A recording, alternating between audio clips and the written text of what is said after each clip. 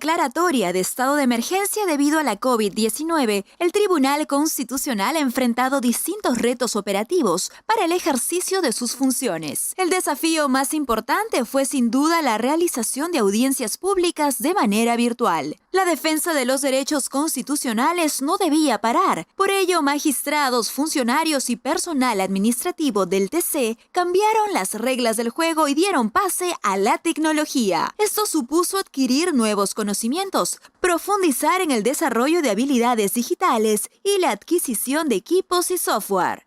Al inicio se optó por la realización de videollamadas grupales de aplicaciones como Meet o Zoom y su retransmisión en vivo a través de YouTube, como ya se hacía incluso antes de la pandemia, para que la ciudadanía tuviese acceso a las audiencias. Sin embargo, hoy, con el objetivo de optimizar las sesiones, el TC implementará sofisticado software de producción y transmisión. Atrás quedarán las imágenes fijas y el discurso pausado, pues gracias a la interconexión de OBS Studio, vMix y la implementación de ATEM, un switcher con 8 entradas de video que veremos distribuidas en 4 pantallas, podremos dinamizar la proyección, comunicar mejor y tomar conciencia sobre la presencia de todos los participantes para seguir atentamente los detalles de cada audiencia. El TC impulsa la modernidad y se suma a la transformación digital. Recuerda, estamos a tu servicio y te invitamos a seguir nuestras audiencias con la más alta tecnología. El Tribunal Constitucional despliega su mayor esfuerzo para mejorar la atención al ciudadano. Por eso, habiendo logrado la digitalización al 100% de los expedientes, quiere facilitarte su acceso a través de este servicio online que permitirá que cualquier ciudadano, sea o no litigante, pueda acceder a los expedientes sin necesidad de venir al TC. Aquí te mostramos cómo hacerlo. Primero, debes ingresar al portal web de la institución www.tc.gov.pe. Una vez en el portal web, debes dar clic a la pestaña Ventanilla Virtual. Aquí encontrarás 2 opciones, una para consultar los expedientes y cuadernillos de los procesos de tutela de derechos y la otra para los procesos orgánicos.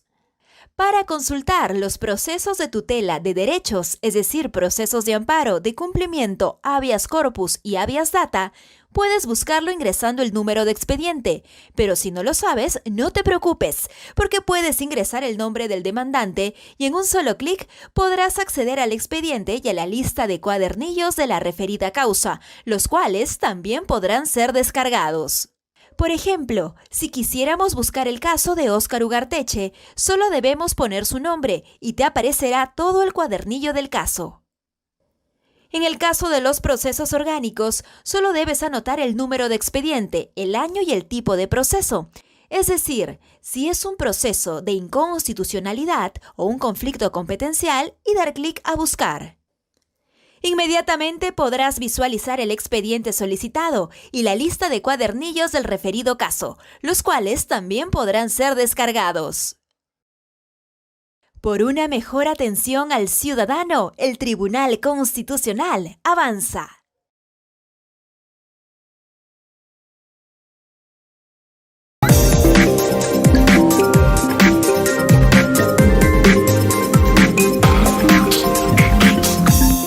Hola a todas y a todos.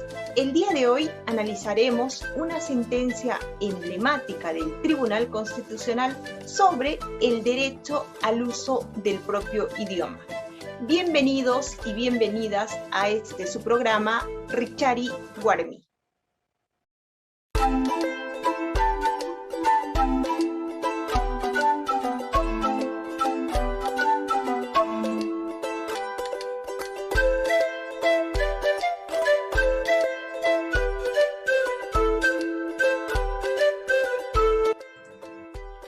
El Perú es un país pluricultural, multiétnico y multilingüe. No obstante, hasta antes de la emisión del fallo que analizaremos el día de hoy, las instituciones públicas y privadas del Perú brindaban atención a la ciudadanía exclusivamente en el idioma castellano. Para entender los alcances del pronunciamiento del Tribunal Constitucional en la sentencia recaída en el expediente 0889-2017 PA, Le doy la bienvenida al doctor Javier Adrián, jefe del Gabinete de Asesores del Tribunal Constitucional. Bienvenido, Adrián, a este primer programa. Quisiera preguntarte cuáles son los hechos del caso que permiten que se pronuncie el Tribunal Constitucional en esta controversia. Gracias, doctora. Primero felicitarlos por partir este programa por la identificación de este caso. Es un caso muy importante. Muchos piensan de que el tema de la importancia de las lenguas, del quechua, se da a partir de hechos políticos recientes, pero ya el 20 de junio del 2018, el Tribunal Constitucional publicó en el Diario Oficial, El Peruano, esta sentencia en el caso de María Antonia Díaz Cáceres de Tinoco. ¿Qué alegaba la señora María Antonia? Que desde años atrás, ella ejercía el comercio ambulatorio en la provincia de Carhuaz, y lo hacía en una zona donde tenía el tiempo, no tenía límites de tiempo para poder ejercer este comercio, pero además, ella lo que cuestiona es que la municipalidad le hace suscribir un acta de compromiso que estaba redactada en castellano, y ella ella solo es quechua hablante, no entendía el castellano, y le hacen colocar su huella digital en aceptación de ese compromiso. Con posterioridad a esta carta de compromiso, ella ya no podía vender como lo hacía sin límites de tiempo, sino solo lo podía hacer en las tardes. Entonces, por eso ella alega, por un lado, la vulneración del derecho a su libertad de trabajo, porque ya no puede trabajar como lo hacía antes, y en segundo lugar, alega que se le vulnera el derecho a la igualdad, porque a otra persona sí se le permitía trabajar en ese mismo lugar y con un horario libre. Bien, entonces ella inicia el proceso de amparo. ¿Y cuál es el pronunciamiento de primera y segunda instancia? Bueno, en primera instancia, el juzgado mixto de Carhuaz, después de idas y vueltas, declaró que la señora Díaz Cáceres no había agotado la vía administrativa, es decir, no había reclamado, antes de ir al proceso de amparo, que es un proceso judicial, no había acudido a la vía administrativa para decirle municipalidad, no estoy de acuerdo con tu decisión. Entonces, para el juzgado de primera instancia, primero debió ir a la vía administrativa, agotarla, y recién después al amparo. En la segunda instancia, que para mí es más preocupante, simplemente se dijo que este no era un asunto, declaró improcedente también la demanda, porque dijo que este no era un asunto que tenía ninguna relevancia constitucional, pese a los enormes problemas que traía ya desde el uso del idioma, ¿no? El derecho al uso del idioma, pero lo declaró improcedente de este modo. Jueces constitucionales de segunda instancia declararon simplemente que acá no había ningún tema de relevancia. Bien, este fallo emblemático, en este fallo emblemático, el Tribunal Constitucional abordó dos materias constitucionalmente relevantes. ¿Qué dijo el Tribunal Constitucional sobre la protección constitucional de la diversidad? Bueno, los dos problemas que plantea en este caso el Tribunal Constitucional básicamente tienen que ver, por un lado, si es que el suscribir una carta de compromiso que está en una lengua que está en castellano, siendo ella quechua hablante, afecta su derecho a la libertad de trabajo, su derecho específicamente al derecho a la igualdad. Y en segundo lugar, si es que este cambio de horarios y estos cambios de tiempo, de lugar, para poder ejercer el comercio, vulnera específicamente su derecho a la libertad de trabajo. Y en cuanto a la diversidad, el Tribunal Constitucional parte de un asunto que es trascendental en nuestra sociedad, ¿no? Parte de analizar que somos diferentes, que tenemos lenguas diferentes y que debemos ser tratados, o sea, que las personas tienen el derecho a comunicarse conforme a las propias lenguas y no tener que adquirir solo una que sea igual para todos, que podría darse, pero que no puede negarse esa diversidad, ¿no? Que tenemos muchas lenguas en el Perú. Perfecto, muchas gracias. ¿Cuáles son los argumentos del Tribunal Constitucional para declarar fundada la demanda de la señora María Antonia Díaz Cáceres? Bien, el Tribunal Constitucional parte de reconocer, primero, que tenemos un derecho fundamental en el artículo 2, inciso 19 de la Constitución, que es el derecho de toda persona a usar su propio idioma en las comunicaciones oficiales, a comunicarse en su propio idioma en general. Y en segundo lugar, reconoce algo que está puesto en la Constitución desde sus inicios, desde los inicios en el 93, que es en el artículo 48 se reconoce como idiomas oficiales al castellano, y junto al castellano, el idioma oficial que predomine en cada zona.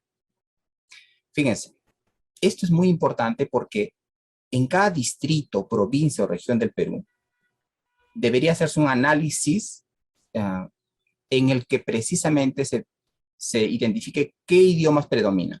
El castellano es el idioma oficial en el Perú y tiene que estar en todo el Perú, ¿de acuerdo?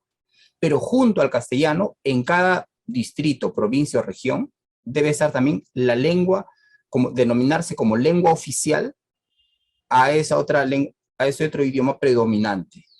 Entonces, ¿qué cosa quiere decir? Que cuando cualquier ciudadano va al Estado, al Ministerio Público, a la policía, al Poder Judicial, a la administración, a los gobiernos regionales, a las municipalidades, si en ese lugar predomina un idioma distinto al castellano, por ejemplo el quechua, cualquier trámite, cualquier documento debe estar de un lado en español y de otro lado en quechua, si es que es el idioma que predomina.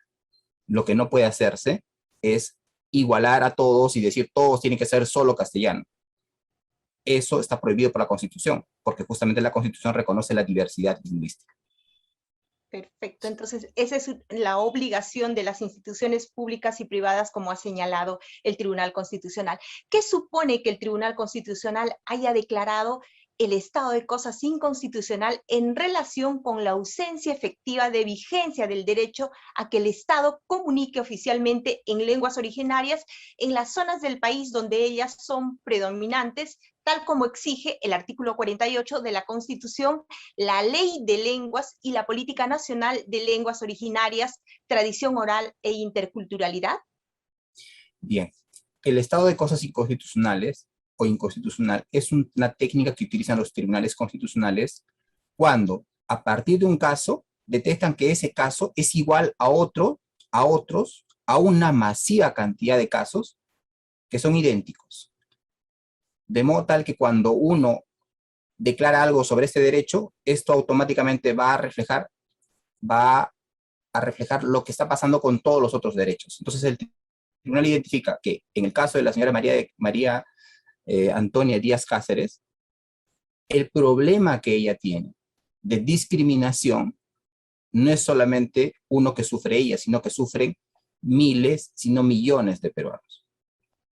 Entonces, en este caso, el tribunal dice, este no es solo un caso individual, es un caso masivo, es un caso que refleja a una vulneración masiva de derechos fundamentales. Entonces, tenemos que declararlo así para que de este modo empecemos a exigirle al Estado y a las instituciones públicas o privadas que tengan que hacer los cambios necesarios para poder respetar el derecho de las personas a comunicarse en su propio idioma.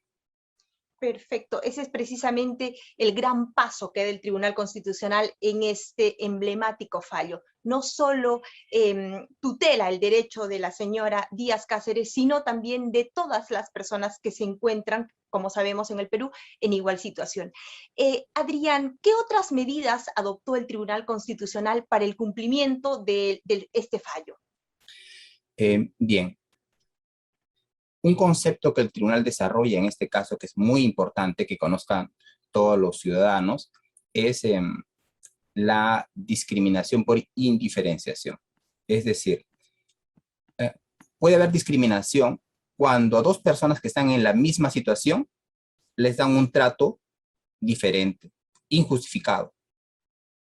Pero también puede haber discriminación cuando dos personas diferentes, por ejemplo, una que habla el español o el castellano y otra que habla el quechua, les dicen no, todos tienen que entender el español o el castellano. Entonces, en este caso, el tribunal dice, está pasando eso. Se está pidiendo, en la municipalidad está entendiendo que todos deben hablar español y están desconociendo de que esta persona es quechua hablante y merece ser tratada en su idioma. Por lo tanto, aquí hay un supuesto de discriminación. Por eso dice, la municipalidad tiene que cambiar sus procedimientos, tiene que generar protocolos hasta ordenanzas que hagan oficial, en todos sus procedimientos, que hagan oficial el uso del quechua, porque tienen una población que es masivamente predominante en el idioma quechua. Pero además, en el Tribunal Constitucional hace algo que también es muy importante, que es genera una etapa de supervisión de sentencias. En julio de este año se ha realizado la segunda audiencia, y allí, por ejemplo, el tribunal ha decidido ya, como consecuencia de esa segunda audiencia, incorporar, por ejemplo, al Ministerio de Cultura a este proceso. ¿Para qué? Para que le explique al tribunal y a los ciudadanos por qué hasta ahora no se han declarado oficiales en las diferentes, porque ya tenemos hoy un mapa etnolingüístico en el Perú, que nos dice cuántas lenguas tenemos. Entonces lo que se necesita es que en cada zona, distrito, provincia o región, se declare qué lengua oficial, además del castellano, es predominante, y que el Estado, ojo, y también las personas privadas o empresas privadas que brindan servicios públicos adecúen sus protocolos para que a la vez que a la persona se le atiende en español, también se le puede atender, por ejemplo, en el idioma predominante, quechua, aguajún, etc. Entonces, de este modo se materializa este derecho que está en la Constitución, a que todo ciudadano, todo hombre o mujer, se puedan comunicar en su idioma. Perfecto, muchísimas gracias, Javier, por aceptar la invitación y poder centrar las ideas de este fallo. Como se advierte, con este fallo, el Tribunal Constitucional reivindica la condición del Perú como un país multicultural, pluriétnico y multilingüe, y por ende la necesidad de implementar canales de comunicación e integración entre todos los peruanos y las peruanas, y no solamente entre quienes compartimos el uso cotidiano del castellano, como bien ha explicado el doctor Javier Adrián, a quien agradezco su participación. Muchas gracias. Gracias a ustedes. En la segunda parte de nuestro programa tendremos a una invitada extraordinaria, especialista en discriminación estructural, que analizará el fallo del Tribunal Constitucional. No se lo pierdan. Vamos a una pausa y volvemos. Desde niños nos enseñan que la Constitución política tiene supremacía sobre las demás leyes y en ella se garantizan nuestros derechos fundamentales.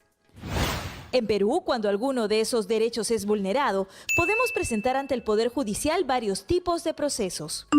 Proceso de habeas corpus, cuando algo o alguien atenta contra la libertad personal.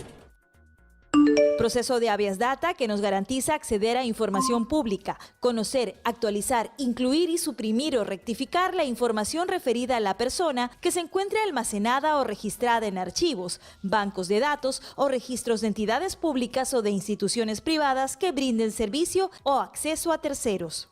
Proceso de amparo, cuando un hecho u omisión atenta contra cualquier otro derecho constitucional no protegido por el habeas corpus o el habeas data.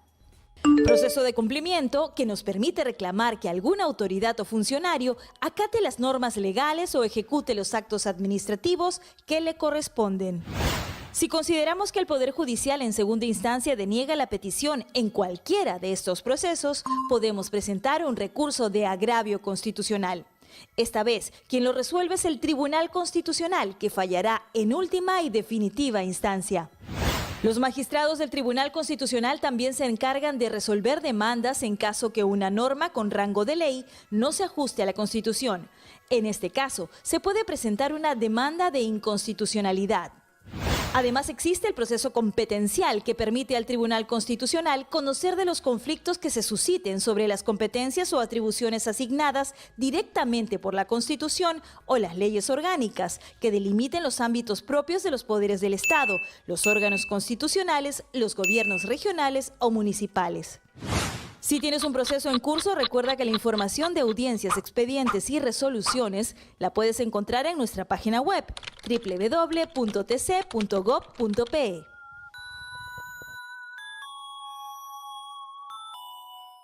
Como había anunciado, en esta segunda parte del programa tenemos a una invitada de lujo.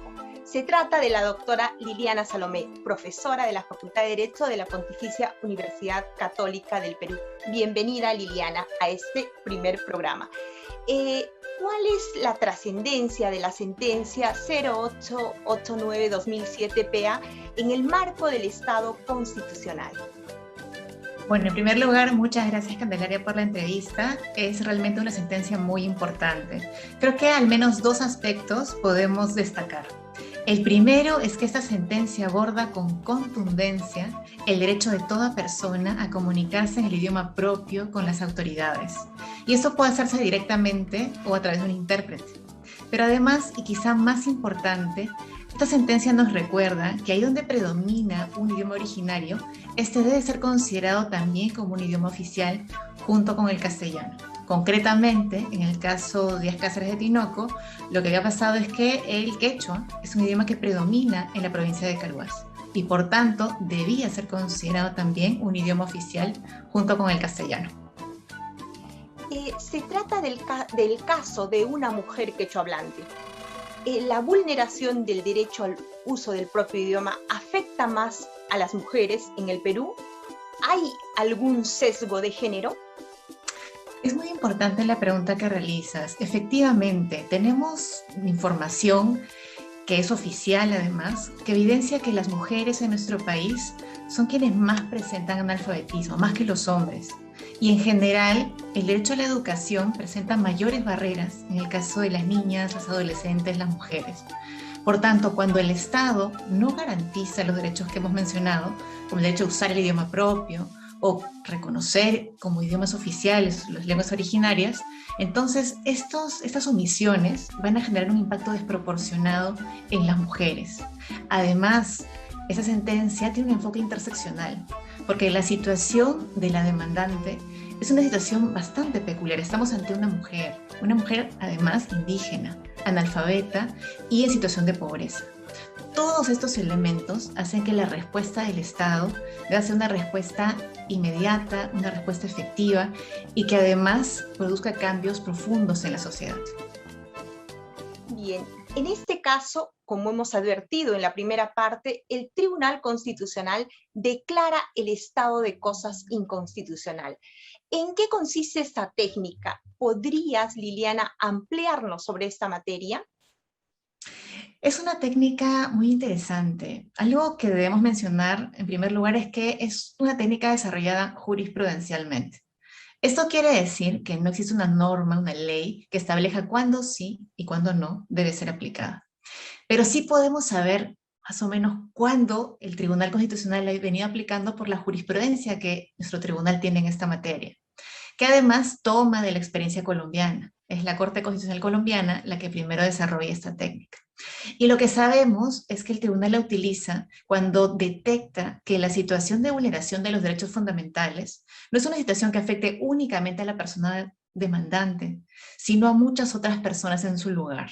Entonces, ¿cuántas más personas en nuestro país pasan la misma situación que la demandante, que María Antonia? Y por tanto, la respuesta que da el Tribunal Constitucional tiene que ser integral. El Tribunal Constitucional no puede dejar de observar que es una situación generalizada y por tanto merece una respuesta que también busque generar un impacto mayor a solo resolver el caso concreto.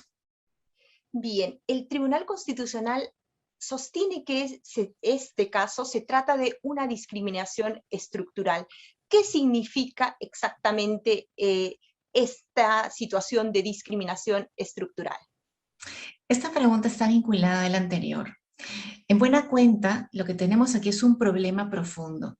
Cuando hablamos de una situación de discriminación estructural, nos estamos refiriendo a algo que no es anecdótico, casual, no es algo coyuntural, sino es algo que tiene raíces muy profundas. En nuestro país, la discriminación por el idioma a las personas quechohablantes o a las personas que hablan aymara o guajún tiene orígenes históricos muy profundos. Por tanto, la respuesta que debe dar el Estado también tiene que tener estas dimensiones profundas.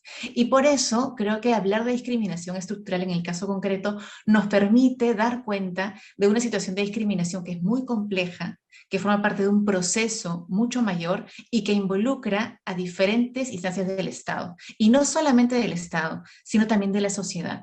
Por tanto, la lucha contra la discriminación estructural es una tarea que nos compromete a todas las personas. Estado, sociedad civil, cooperación internacional, academia, a todos. En este caso, el Tribunal Constitucional no solo echa mano de la técnica del estado de cosas inconstitucional, sino también de una técnica que ya venía utilizando la Corte Interamericana, que es la supervisión del cumplimiento de sentencias. ¿Cuál sería tu evaluación sobre la implementación de este sistema en nuestro país? Mi evaluación es positiva. La idea es que lo que el Tribunal Constitucional realice en sus sentencias no se quede solo en el papel, sino que se plasme en la realidad. Y este sistema de seguimiento, de supervisión, justamente va a buscar que el Tribunal Constitucional evalúe qué han hecho las autoridades en respuesta a este fallo, que ha hecho la Municipalidad Provincial de Caruás, el Ministerio de Educación, el Ministerio de Cultura y otras entidades. Insisto, la idea es que los fallos, las sentencias del Tribunal Constitucional se plasmen, sean verdaderamente efectivos. Finalmente, ¿qué aspectos destacarías de este fallo emblemático? La forma en la cual el Tribunal Constitucional conecta la vulneración con el problema de la discriminación. Creo que es fundamental que el Tribunal Constitucional haya reconocido que ahí donde se utilizan medidas iguales para todas las personas, podríamos estar en un supuesto de discriminación. Entonces, creo que se afina la forma en la cual abordamos la discriminación, poniendo en evidencia que en una sociedad como la nuestra, que tiene una diversidad y una riqueza lingüística tan grande, pues tenemos que empezar a implementar medidas diferenciadas. Si tratamos a las personas como si todas las personas hablaran el castellano, lo leyeran y lo escribieran, podemos estar incurriendo en un supuesto de discriminación. El tribunal lo denomina discriminación por indiferenciación. Pues bien, muchísimas gracias a la doctora Liliana Salomé y al doctor Javier Adrián por ayudarnos a entender los aspectos medulares de esta sentencia emblemática sobre el derecho al uso del propio idioma. Muchas gracias. Muchas gracias también, Candelaria.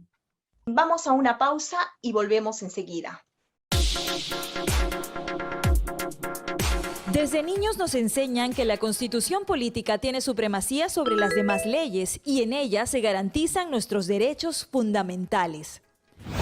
En Perú, cuando alguno de esos derechos es vulnerado, podemos presentar ante el Poder Judicial varios tipos de procesos. Proceso de habeas corpus, cuando algo o alguien atenta contra la libertad personal. Proceso de habeas data, que nos garantiza acceder a información pública, conocer, actualizar, incluir y suprimir o rectificar la información referida a la persona que se encuentre almacenada o registrada en archivos, bancos de datos o registros de entidades públicas o de instituciones privadas que brinden servicio o acceso a terceros. Proceso de amparo, cuando un hecho u omisión atenta contra cualquier otro derecho constitucional no protegido por el habeas corpus o el habeas data. Proceso de cumplimiento, que nos permite reclamar que alguna autoridad o funcionario acate las normas legales o ejecute los actos administrativos que le corresponden.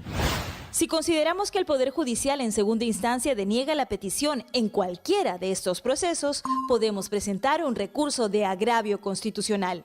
Esta vez, quien lo resuelve es el Tribunal Constitucional, que fallará en última y definitiva instancia. Los magistrados del Tribunal Constitucional también se encargan de resolver demandas en caso que una norma con rango de ley no se ajuste a la Constitución. En este caso, se puede presentar una demanda de inconstitucionalidad. Además, existe el proceso competencial, que permite al Tribunal Constitucional conocer de los conflictos que se susciten sobre las competencias o atribuciones asignadas directamente por la Constitución o las leyes orgánicas, que delimiten los ámbitos propios de los poderes del Estado, los órganos constitucionales, los gobiernos regionales o municipales. Si tienes un proceso en curso, recuerda que la información de audiencias, expedientes y resoluciones la puedes encontrar en nuestra página web www.tc.gov.pe.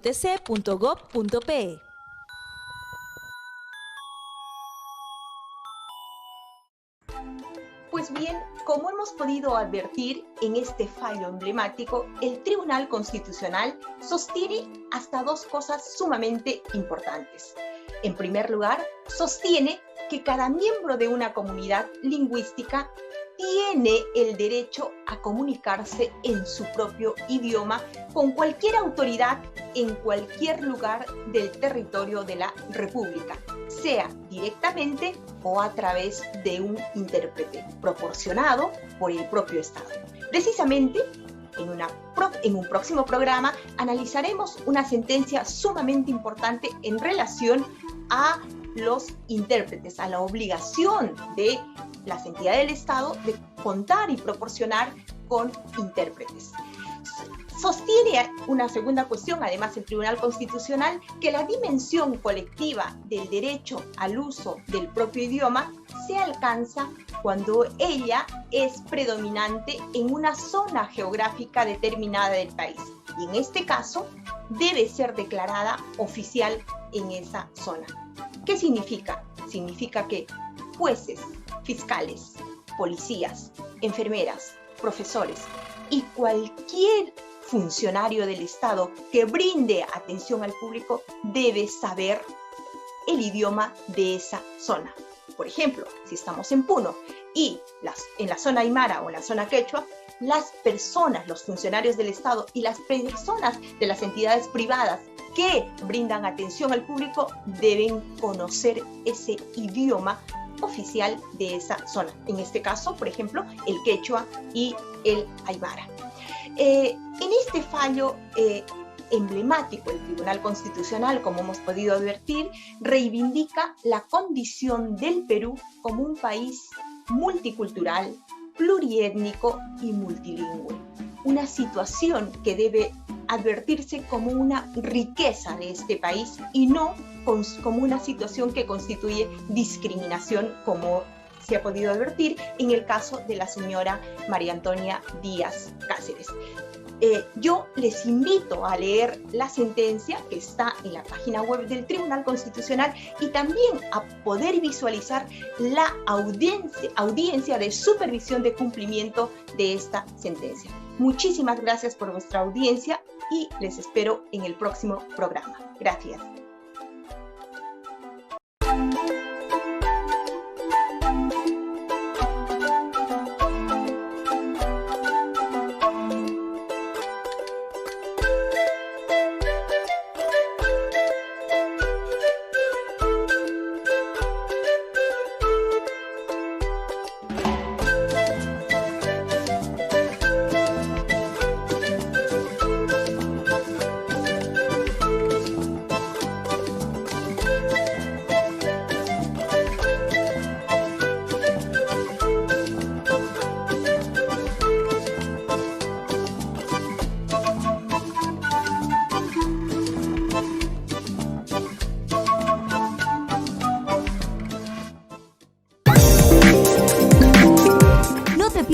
La programación de Tribunal Constitucional TV. Viernes al mediodía. Ciudadanos del futuro. Aprender nunca fue tan divertido. En el lienzo de los derechos, Rodrigo comparte todo lo que sabe con los ciudadanos del futuro. Te esperamos en Tribunal Constitucional TV. Por una ciudadanía mejor informada.